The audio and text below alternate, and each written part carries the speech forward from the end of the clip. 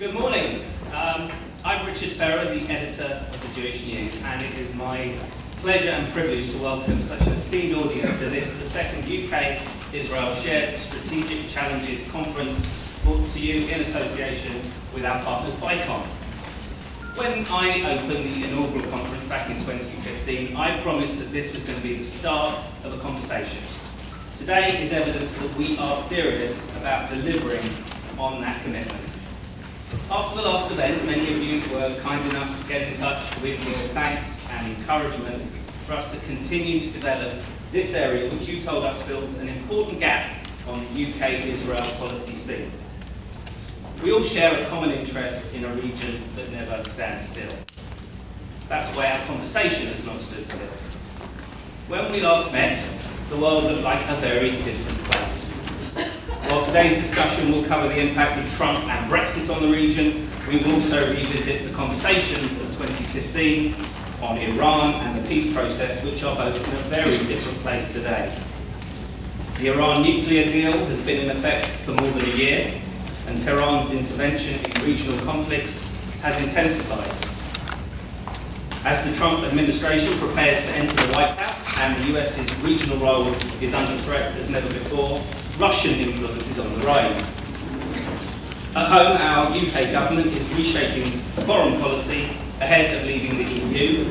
Attempts to contain the fighting in Syria have repeatedly failed. ISIS is weaker, but still a significant force.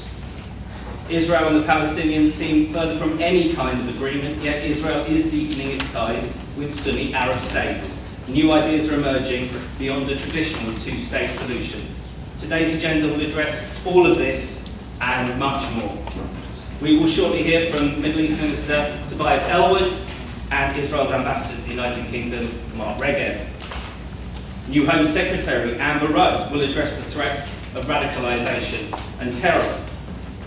Former White House Middle East Envoy Ambassador Dennis Ross is uniquely placed to help us understand the implications of Trump's victory on the region.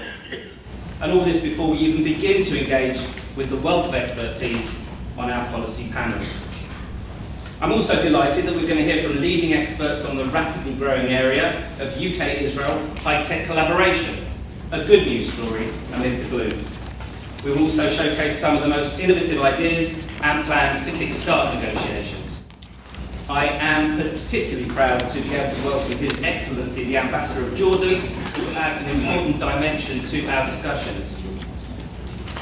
This conference is part of an ongoing commitment by the Jewish News and BICOM to enhance the quality of political debate about Israel in the United Kingdom.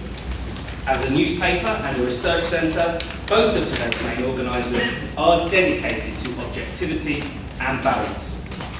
Political discourse on this topic has often fallen short in this regard. The past year has provided many examples and chilling reminders of when the discourse becomes so toxic it fuels anti-Semitism and extremism. We hope this conference will lift the debate away from that territory. So welcome to all of you who have joined us today who have made today possible, particularly MPs Luciana Berger, Oliver Dowden, Wes Streeting, Mike Freer and Tom Brake, who have enabled us to hold this event in Parliament today.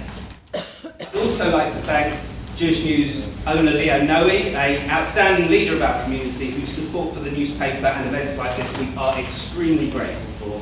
The Jewish News is the arena for political leaders and opinion formers to set out their thinking on Israel and the Middle East. We are proud to have established this arena for an important ongoing conversation and in our own small way help oil the wheels of the long road towards peace. Now, to get today off to an auspicious start, it is my pleasure to welcome to the stage Israel's Ambassador to the UK, Mark Regev.